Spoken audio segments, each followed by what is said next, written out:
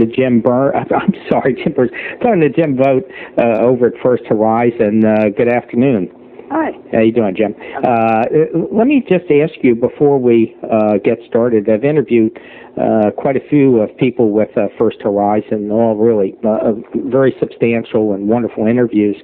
But the first question I always ask them, because our readers like to, or listeners like to know, is where you came from and kind of how you got into business. So why don't we start there? All right. I know very little about you. I know you did $34 million last year, and you do $3-4 million every month. But other than that, I don't know too much. Okay. Well, I had several careers along the way. I was a school teacher, an air traffic controller, and then I worked for a big HCPA firm, Pete Marwick and Mitchell.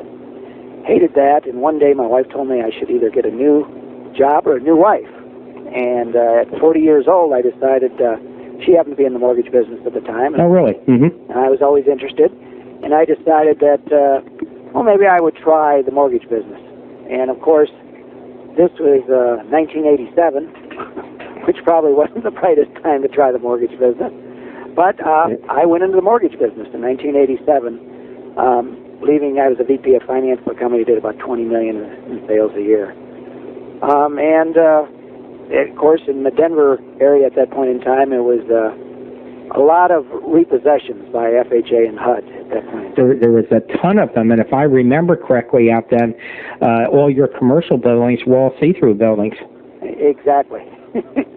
There was a mass... It was about as bad could be out there. Well, it was pretty bad. Yeah. Mm-hmm. So it was a tough time to be starting in the business. After being in the business about 8 months, 1 month I closed one loan, and I thought, what was I thinking of when I left this job? Because it was a pretty decent job. And my brother-in-law, who happened to be in real estate at the time, came up with this idea, and he said, what would be a good service for you to provide is you should go to all these HUD bid openings and record them, and then type up who got the bid and what company and all of that, kind of like an MLS in the HUD repos. And I did that religiously for 3 years. And probably about 95% of the realtors I deal with today came directly or indirectly from that source of business. And there were a huge amount of HUD foreclosures then out there. They would sell 2,000 a month, and they were taking on 4,000 or 5,000. Yeah, mm-hmm. I remember this. Well, I had a friend that lived out there. That's why I know it. Yeah, and he was in real estate sales. So. And the average loan amount in the first full year doing that was probably 1998. My average loan amount was about $45,000. You mean 88? 88. Mm-hmm. Yeah, I hope it's not 98. Yeah, well, things have changed considerably since then. Let me ask you to kind of take this more up to date. Do you primarily deal with realtors? Is that the majority of your business? I do a lot of business with realtors, although a lot of the business that I currently do is from past customers or past customer referrals. I do keep in contact with all my customers, which I think is critical in this day and age. Yeah, we're going to get it. We'll save that for the second half, and because I do want to get into that, and I talk about that quite a bit. But I do want to kind of focus on realtors and what the environment is out in Denver. And I'm not so much concerned with Denver per se as how hard it is to get in these offices and what you do. And I know you've been a manager before, and what you recommend for our listeners out there. That's who you should direct your comments to. Well, I am a firm believer that persistence and honesty are the two best things to do. You just can't tell a realtor what they always want to hear. And if you can't do something, or they shouldn't be showing somebody, you got to tell them that you're a little concerned about it, and you want to see the person and actually do an application before you tell them, yeah, it's okay to put them in the car. I really think it's critical that they trust you and that what you tell them is correct, and that you're able to live up to what you tell them. And I think that's what I built my reputation on, and how my realtors are very loyal to me because of that.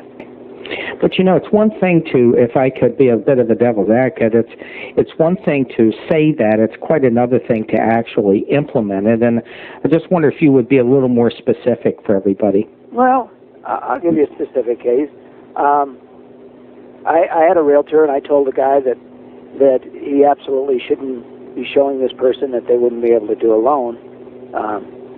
And the guy had talked to another lender, and the guy said, I'll give you a lender letter. This guy is fine. He showed the guy for 2 weeks, and lo and behold, the guy was rejected on the loan. And now I didn't give him the answer he wanted. Matter of fact, he was kind of mad because it was a big sale. And he wasn't going to use me again. But in fact, now he won't even show somebody even if they're not going to use me unless they talk to me also. So you think just having that initial credibility really counts for something out there? Yeah, and it's not the answer they always want to get, or they want to hear. You know, realtors like us make their living on commissions, and if they don't sell something, they don't make something. So when they get a lead, they want to close it, and of course that's our ultimate goal too. But if it's something that they're going to be spinning their wheels on, and it's not going to happen right now. I'm very good at counseling. When they have somebody that really can't do something, I like to counsel them and say, okay, here's what we need to do, and in 6 months, I would like you to call me again, and we're going to revisit this. And at 6 months, we revisit it, and if they do what I've told them to do, usually we're able to do something at that point in time. Mm-hmm. Either raise their FICO scores by, making sure they're on time, or taking care of some issues and clean up some credit issues on their credit report that they say they paid off a long time ago that might be dragging down their scores currently. Mm-hmm. Let's get back to realtors. Do you actually call on offices now? Or you kind of withdrawn? I think the last office call I've made a few office calls recently with my assistant because I'm trying to have my assistant cultivate some new clientele and eventually be her clientele. So I've made some calls with her, and when I was managing, I made some calls with the people who work for me.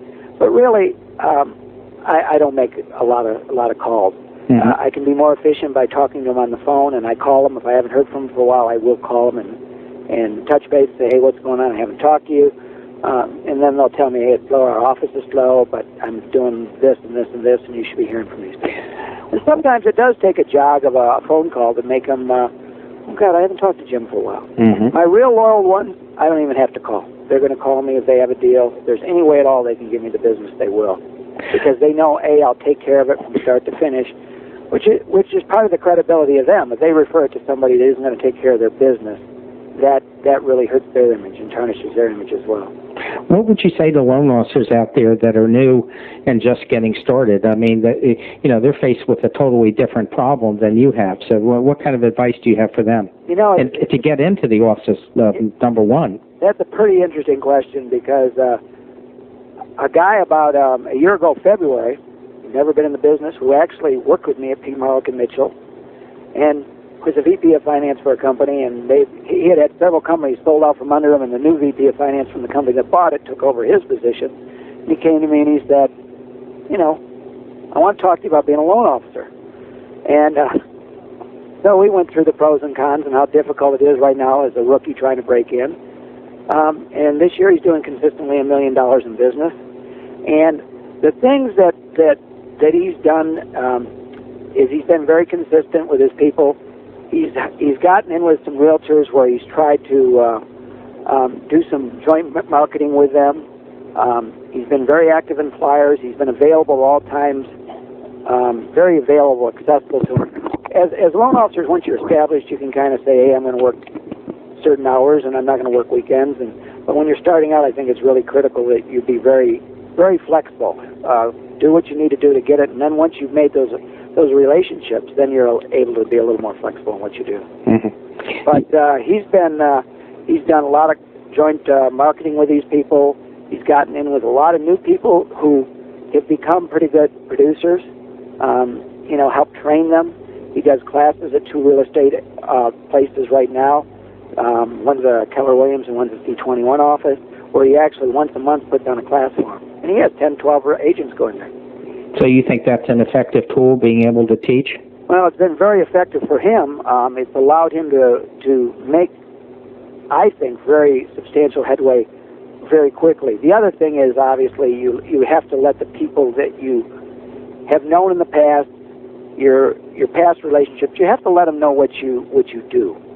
I don't know how many loan officers I've spoken to that, the guys you used to work with 10 years ago, do they know what you're a loan officer? And they'll go, no. And I think, you got to let people know that you're doing this and that you'd like to do their business. Well, if you don't ask for the business, you're not going to get it. I mean, that's one of the prime sales things. You have to ask for that deal. Well, but not only that, if they don't know what you even do or where you're at or how to get a hold of you. I mean, some people that you worked with, like at Pete Marwick, a lot of those guys I worked with 15 years ago, we have a directory from them, and I keep in contact with them with a postcard on a quarterly basis with those guys. My database itself, I contact them usually with a postcard every other month, or excuse me, 2 months in a row, and the third month I do a newsletter. Mm-hmm. And I do contact them 12 times a year. How do you, when you talk about having a database, what kind of a database do you use? Mine is all done for me. You mean through your company? Yeah, I use ACT is what I actually use. Mm-hmm. But the company, what it does is... now, I have to caution you, we don't want to know anything that's necessarily proprietary. I understand. Okay. What I do is I get a disc every month out of my ACT database, and I send it over to a company that provides the service of mailing out postcards. They give me 3 choices of a postcard on a monthly basis. One is called an image and information postcard, one is a recipe card, and the other is home tips. And then there's going to be a blurb on the back that, we're available to do seconds, or it's a good time to refinance, or your spring cleaning, that type of stuff. And it has my name and my email, etc. on it. And the main thing, it keeps my name in front of past customers. You do a good job for a customer, and they're kind of your advocates at that point. Hopefully you've done the job properly.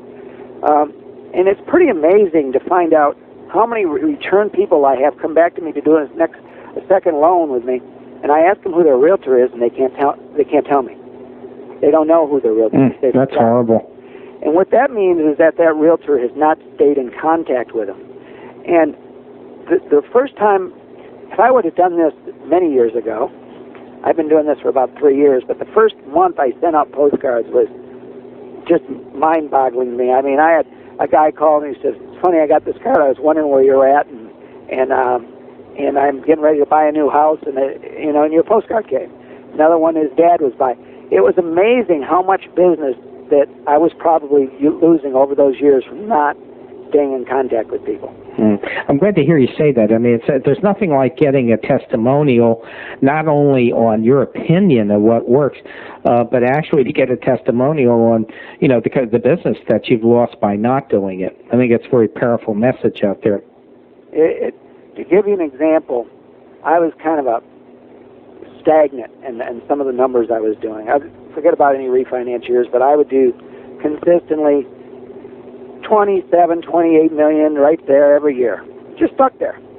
The first year I did the postcards, my purchase business went up by $6.5 million increase. And it was I always kept track of where my business came from, whether it was a referral from a realtor. Mm-hmm. And it was amazing. Right now, about 60% of the deals I do are past customers. And probably only about 50% of them are using the same realtors. Well, that's kind of interesting, too. When you get people that are looking for a realtor, there is nothing more powerful than to be able to dump a buyer on a realtor's lap, because then they love you forever.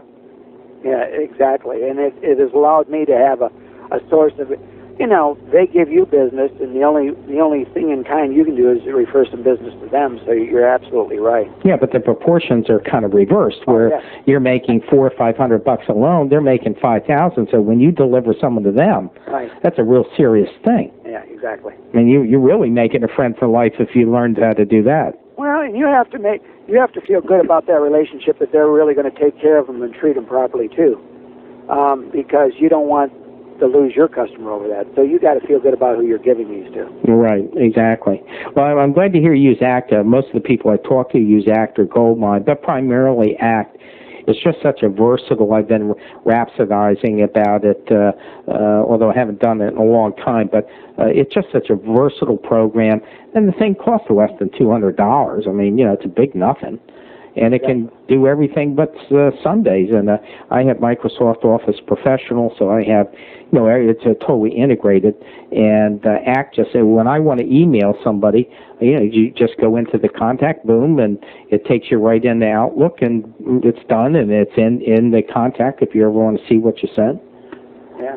It really is it's an amazing tool. Well, one of the things I've done, and if you start, maybe it's because I'm getting older that I have worse memory than I used to have, but what I usually try to do is, if somebody that I deal with, I like to put little notes in my act as well. In what let's say a guy's in here and he likes to play golf, or he brings in his newly born daughter and her name's Brittany. I might put that in, newborn. I would hope so, sure. And then when they call you back the next time, and I say, you probably don't remember me. This is Joe Smith, and look up Joe Smith. Sure, I remember you. And how's so and so? I mean, it's just like, it makes them feel that much like, gosh, this guy really remembered me, and he cared about me, and he cares about my business, and it's really a tool that I can't emphasize enough. Yeah, and it works the same way with realtors. I mean, realtors, for good or bad, they like to think that you were only interested in them, that you only deal with them. And the way you do that is develop a relationship, and one of the ways you do that is remember their kids' names and where the husband works and all their trials and tribulations. That's that's how you develop a relationship. Exactly. Let me ask you something. How do you feel about pricing and price sheets? I don't cover it all the time, but just kind of get your opinion on the value of pricing out there today. Well, pricing within reason is not an issue. When within reason, I mean, if you can't sell an eighth to a quarter of a discount point, usually for the service you provide, that's a problem, and then you have to revisit. If the pricing is the only thing somebody calls up and they want a price on the phone. The worst thing you can do is give them the price. Yeah, sure. You've got to find out what their needs are and what they're trying to accomplish, and you've got to act more in this day and age as a consultant. You've got to talk to them. You can give them a price and they're gone. You've got to really try to find out, okay, what are you trying to accomplish? Are you trying to take cash out? Are you trying to, reduce debt structure? Even when they're saying, hey, they call you up just before closing, want to put another $10,000 down, you might say, well, that'll reduce your payment $70 a month, but I noticed here you got these 18% credit cards. You might think about this, and it would improve your cash flow and give you more deductibility. These are the kind of things we have to do today as a mortgage professional. Mm-hmm. Yeah, I think it is one of being a consultant today. Consultant and a friend and all the other things that go into a real serious relationship. I agree. Yeah. What else do you do? You mentioned that you have a newsletter that goes out?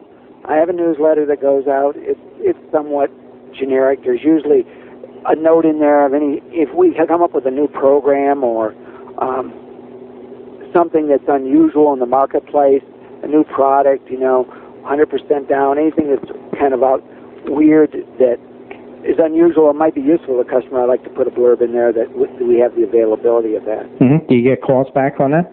I do. You get a lot of calls, and sometimes they're calls where I actually tell them, no, I wouldn't do something, or I refer them to another source.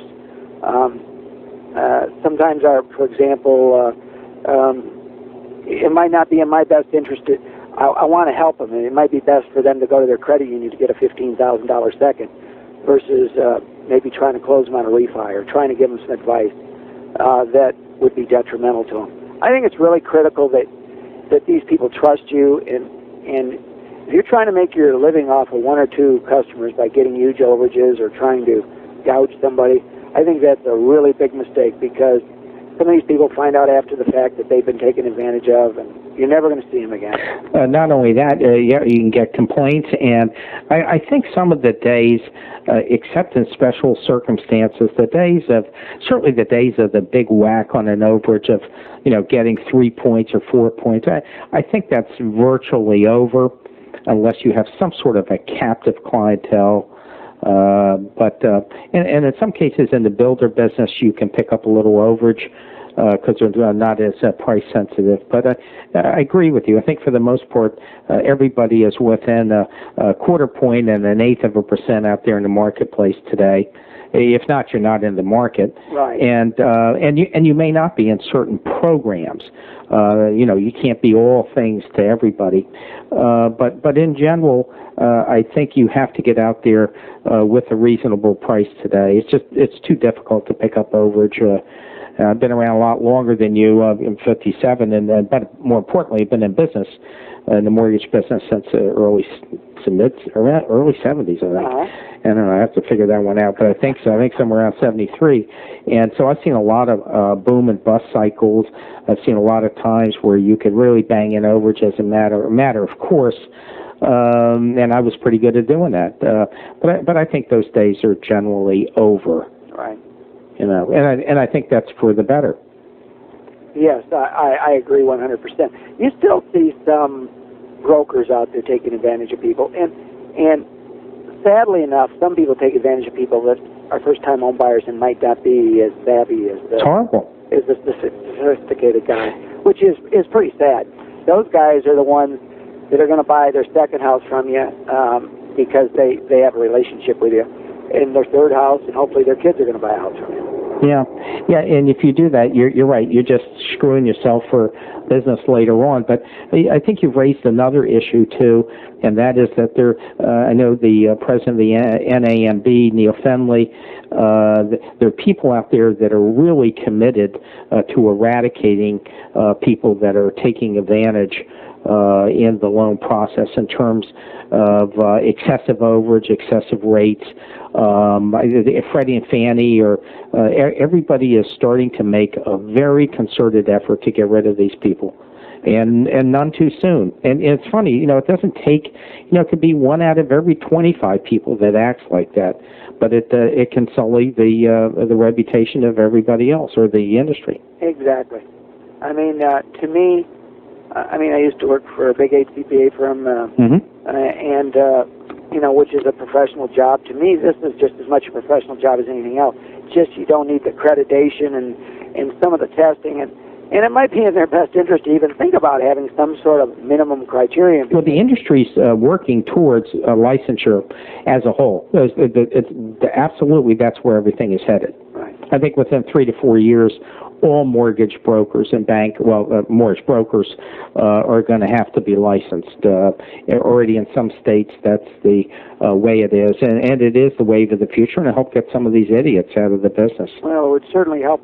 It would help us. Kind of the mentality. Somebody says, "Oh, you're a loan officer," like, you know, you're a used car guy sometimes. Yeah, I don't think that connotation is really there like that. I think our profession as a whole is still thought of as being professional. But, you know, there is a danger there, and I think Neil Fenley and some of these other people will realize it. It doesn't take too much to tarnish a whole group, and the ones that come to mind are lawyers. There have always been, you know, lawyer jokes and stuff like that. But I think in the last 10 years, and especially with some of the excesses in Congress and some of the attorneys that have gone to jail, and I think the reputation of lawyers as a whole has changed. Yes, I agree. Yeah, and it's kind of a shame, and I think that's what they're trying to prevent. And I think licensure will do that. Well, we're not really here to talk about the philosophy of good and bad loan officers. We're talking about trying to help people out there to get sales. But I do think it's an important reminder out there, and hope they, you know, listen to it.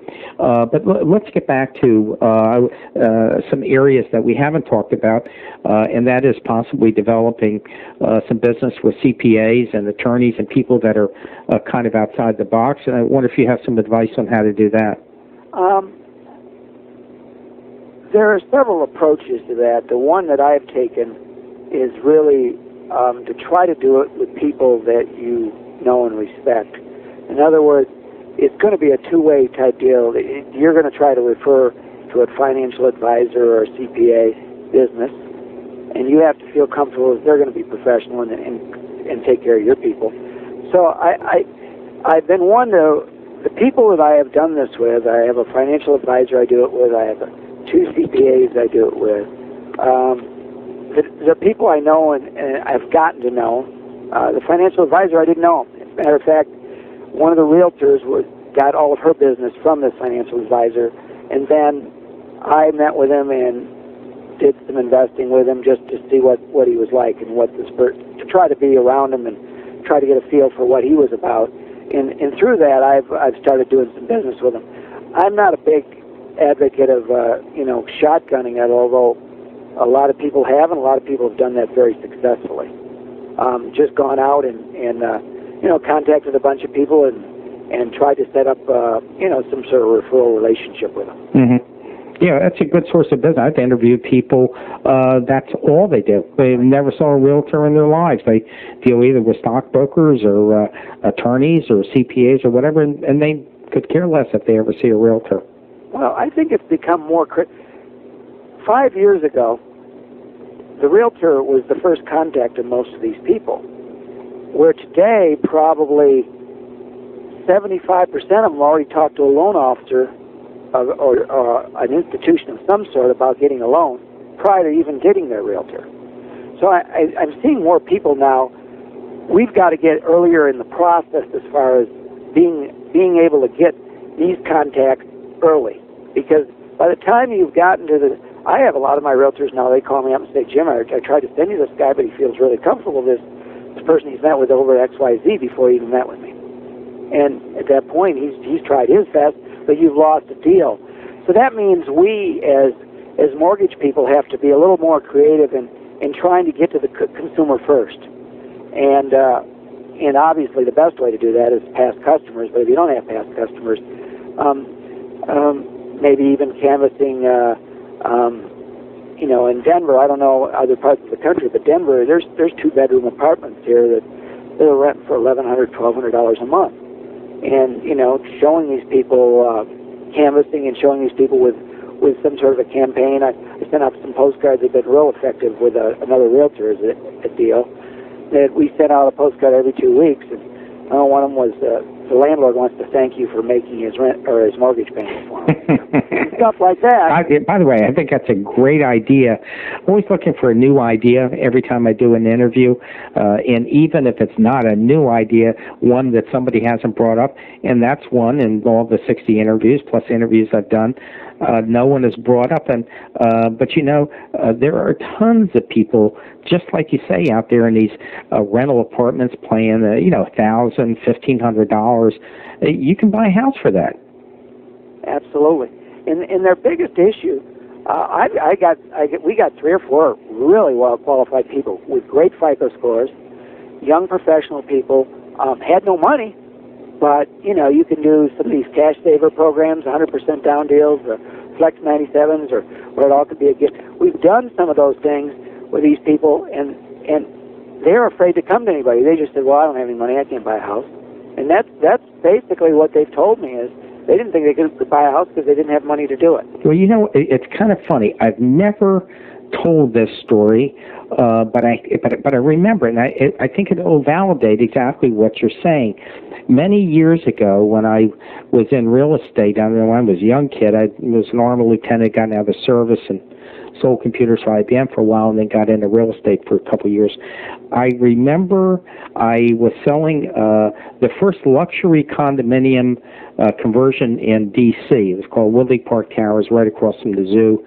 And a woman came in, a young girl, and she was a beautiful girl, probably that's why I remember, but she came in and she worked for I remember she worked for the National Gallery of Art. And I have always been known as what's called the hard closer. You mean to say if we could save you $1,000, you would have bought it today? Well, yeah, boom, liar or buyer.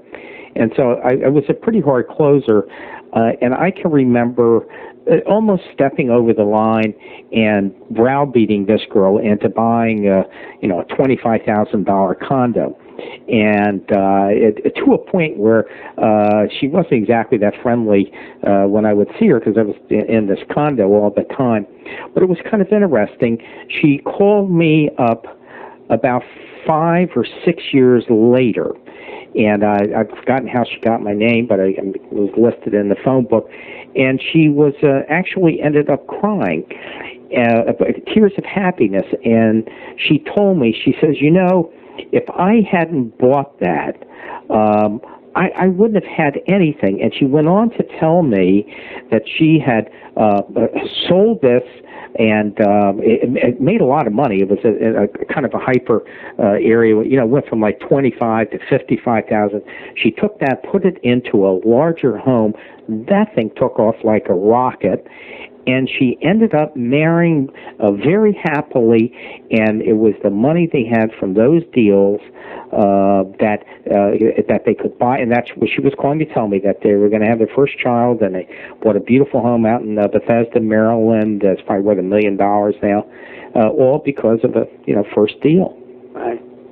And that's, those people who are listening out there, these are the kind of things where, you can establish a relationship for life. If you work on apartments and converting those people, they may buy a small townhome to start off, but at some point they're looking for another one. I mean, it's almost a done deal. You're going to get 2 deals out of it.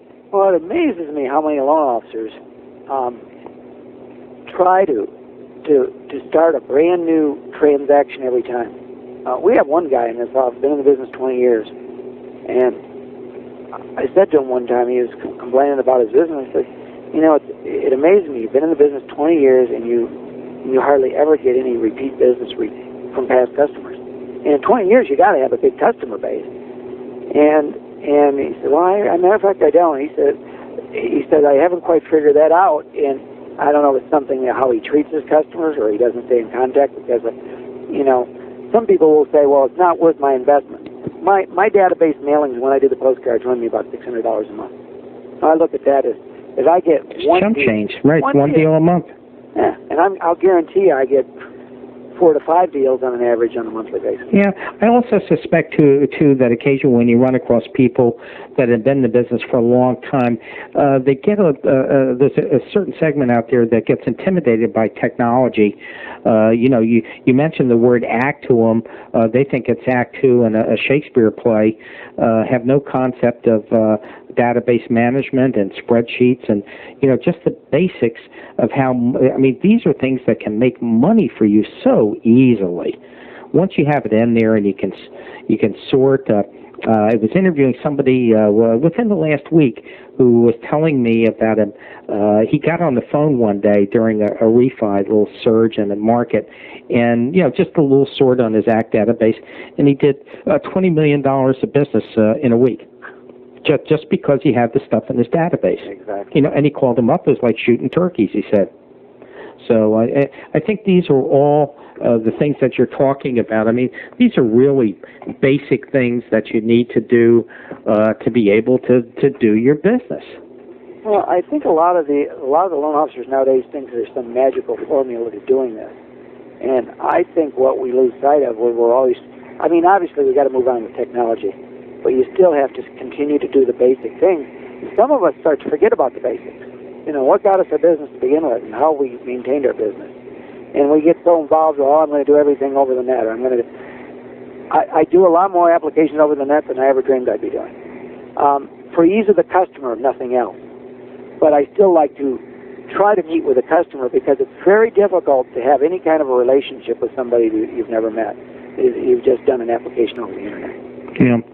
I ran into my first person who could not, by the nature of his business, create that relationship up front. It was a fellow that interviewed that does a lot of business out in Lake Tahoe and lives 2.5 hours away from the site.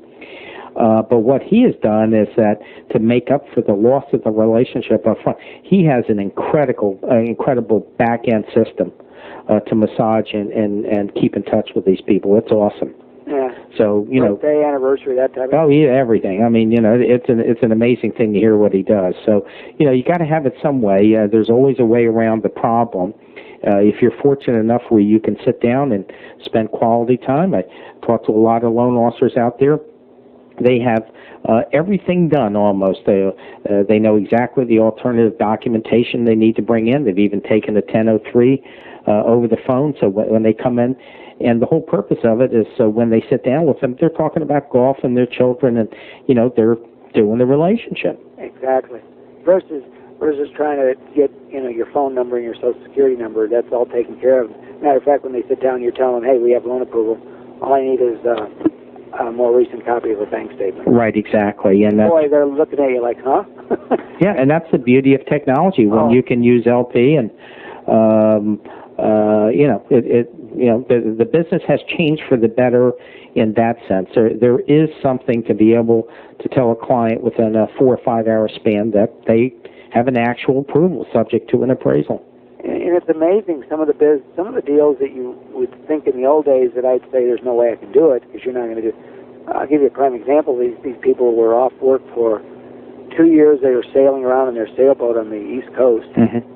They came back, and he was a computer consultant, and he got a job with a computer company. He worked with them 6 months. They were doing an 80% loan to value. We ran it through DU. Approved. In the old days, they always said, well, you don't have a 2-year work history. You just got that, we couldn't do it, blah, blah, blah, blah, blah. It's amazing that it makes the loan officer sometimes feel a little ill at ease because in the old days we used to say, well, you have to do this, this, and this, and it'll work. Now sometimes I actually say, come on in, we're going to run it through. I think this is going to work because the box has changed. It's different now. But what's interesting about the box, in one way, the box has never changed in the sense that the box now is the historical database for the last 5 or 10 years of all the people that have come before that fit those kind of parameters where there really was a history. Right. And now the Freddie and Fannie can regurgitate that up and says, well, geez, if you have a computer guy, and if he did this, and if he has that, boom, boom, boom, the odds are 99.67 that there's not going to be a default if they put 20% down, and there's no risk. Where before, just like you say, in the old days, that's right, someone came walking in that hadn't worked in 2 years, it was like, don't let the door hit you on the way out. Yeah, we can't do anything for you. Right. Oh, yeah, it was, not even a question. Oddball program that, at a high rate. All right, where they had to put 35 or something, go no income, no asset, no nothing, Yeah. Well, look, we're kind of at the end of our point here. I want to thank you so much for taking the time to talk to us today. I think you had a lot of valuable insight. Basically, you have a very high experiential level over the years, and not just in the mortgage industry, and it sounds like you know how to deal with realtors and people, and after all, it is a people business. So I want to thank you very much for taking the time to talk to us, Jim, and we'll keep in touch and talk to you later. Thank you, Reverend. Great, thank you.